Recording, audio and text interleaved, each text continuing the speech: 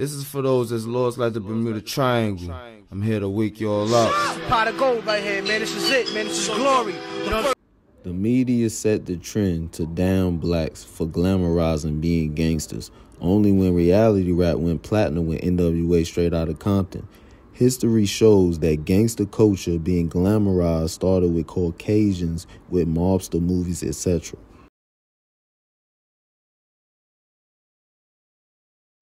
Did you grow up like praising criminals, praising gang members? How was your neighborhood where you grew up? Where exactly did you grow up at also? Fuck, I gotta look at my neighborhood shit. First gangster I ever seen was on TV. He had blue eyes. Muggsy. Remember when they had Al Capone and Nitty fighting? Me, Frank Nitty.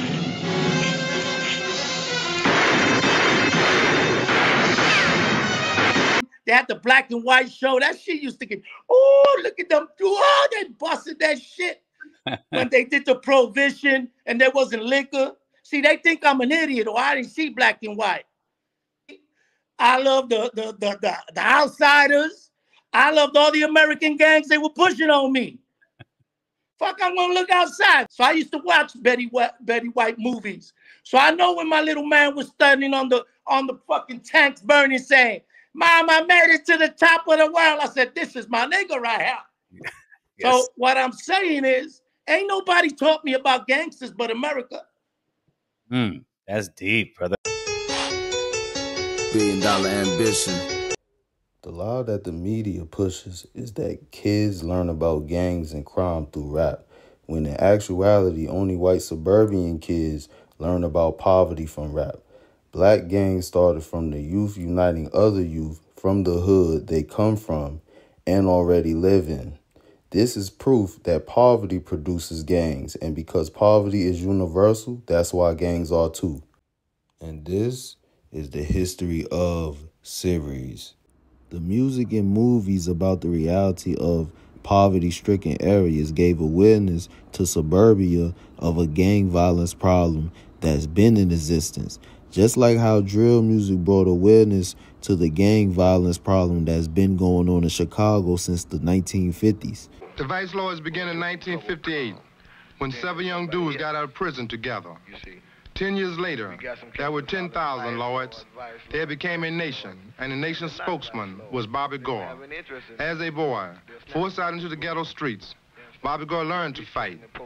Bobby was part of that first black generation on the west side that banded together under names like Comanche, Tomahawk, and Vikings, and later came to be called gangs. This is proof that poverty produces gangs.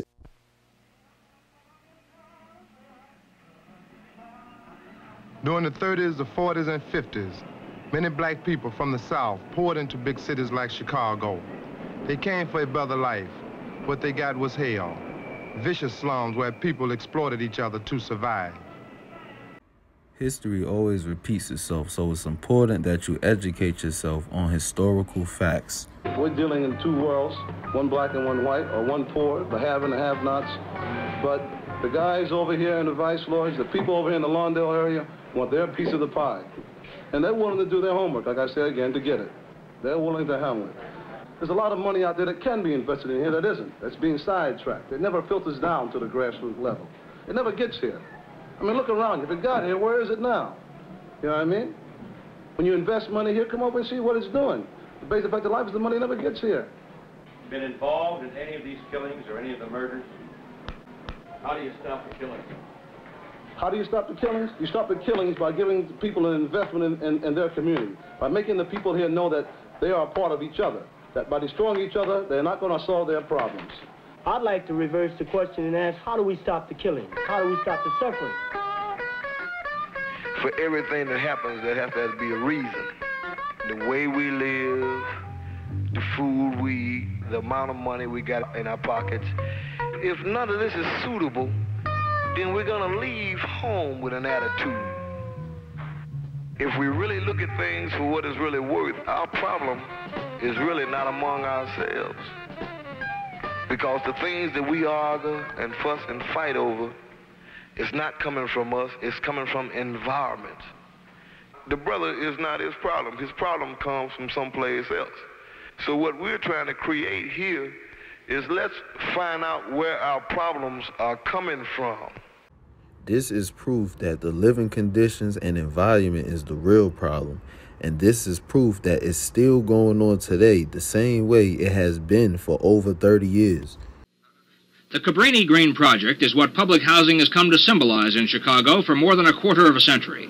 But in an effort to disperse the city's poor, who are mostly black, the new public housing proposals call for construction of duplexes, two-story townhouses, three-story apartment buildings, all to be scattered in the predominantly white areas of Chicago. This lot on Kaminsky Avenue is one of 275 sites identified under federal court order by the Chicago Housing Authority for low-income families. It would have a duplex on a street of single-family homes, and the homeowners are obviously upset. All I got to say is, all the do-gooders, all the people that are always telling us what to do, they don't practice what they preach. Why don't they go over there and put them by their neighborhoods? They won't do it. They're always telling us what to do. After all, we have a few rights of our own, too. Well, it's going to bring down the value of everybody's property. Why do you think that? Because, well, I don't know why. I just, you see those other projects they have and they don't take care of them. As long as we broke killing each other and on drugs, they don't care. But once we turn our environment to our benefit and become successful, only then it's a problem. Black people didn't start capitalizing off of the struggle. But being that black people relate to the struggle with living in poverty, crime-filled communities, they were inspired from the gangster movies and shows of the 60s, 70s, and 80s, making it out of the struggle by telling their story, which is the American dream. Compton was the American dream. Sunny California, with a palm tree in the front yard, the camper, the boat. Temptingly close to the Los Angeles ghetto in the 50s and 60s, it became the black American dream. Open housing paved the way as middle-class blacks flooded into the city. Whites don't buy houses in Compton anymore. Now, with 74% of the population, black power is the fact of life, from banks to bowling alleys. But the dream that many blacks thought they were buying has turned sour. Though the mayor and 4 out of 5 city councilmen are black, they have been unable to solve the problems of crime and growing welfare, which is slowly turning suburban Compton into an extension of the black inner city. Crime is now as high as the ghetto. 47 homicides last year gave Compton one of the highest per capita rates in the country. Juvenile gang activity, muggings, small robberies make some blacks want to leave. Compton officials blame outsiders for much of their crime problem, but there is general agreement the police force is undermanned. When the gang problem got out of hand in the high schools, parents volunteered to help tutor and counsel students, and the situation cooled. But crime is just one of Compton's unique problems. In any black neighborhood or whatever, you got it. They got gangs, you know what I'm saying?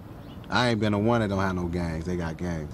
Right, hip-hop's energy begins in the street gang culture, very specifically the black space. The Bronx streets was dominated by Caucasians. That's an important footnote for hip-hop history. That's an important thing to understand as far as American history, New York City history, Bronx history. Bronx was dominated by Caucasians at that time. And then they heard of the black spades and they had their name and their center pads. And all of this atmosphere led to the African-American youth organizations, what they call youth gangs, of the late 1960s, early 70s. Some of these African-American street organizations, like the Black Spades, formed to fight oppression. Started the Spades when we was, what,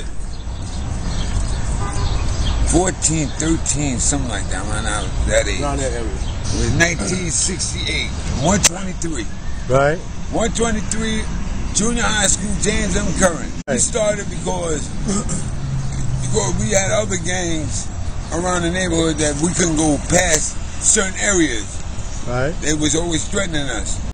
True, some gangs' purpose is negative, but it's only a reflection of the reality they already live in. And also, gangs were birthed from teenagers. Some did have a purpose, but you can't expect grown thinking from every teenage kid. The movie Sonny Carson is a visual of the black youth in the ghetto in the 70s.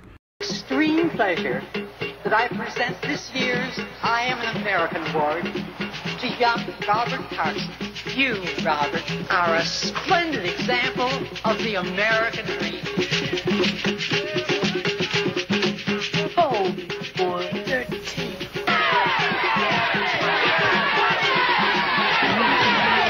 Why did you do it?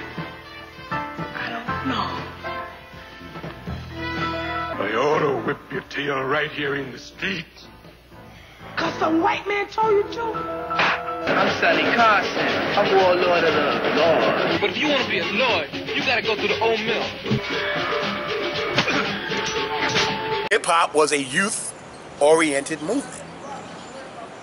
Right. It's not adults. Right. It's youth-oriented. Right. Any adults were very young adults. Very, very young. Right. And those adults were still connected to us. The gang scene in New York created the hip-hop culture out of poverty, which is a positive from a negative. The media manipulates the masses by pushing hip-hop. Reality rap is the reason for the negativity in the black community. When in fact, the youth making songs about surviving their harsh realities and poverty, and the songs getting 1 million views creates legal way out the hood.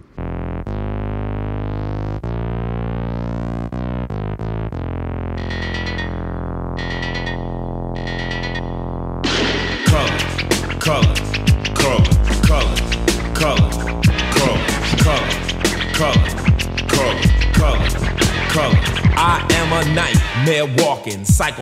Ice-T explains that 1988 was the first time national awareness about LA gang violence was made public to America, despite having over 300 gang-related murders that year before. Now, when they wanted to do the movie, first they said, let's shoot it in Chicago. And then Dennis Hopper said, let's shoot it in LA. 15th April 88, Colors drops. People said, we have gangs in LA? So it would have been about Chicago? Well, they wanted to make a movie about gangs, but they didn't know there were gangs in LA. That year, 360 kids had died, almost one a day in LA. But no one even, it wasn't spoken. It's like Black Lives Matter. No one talks about us. We were just getting killed. There's been another violent weekend among the gangs of California.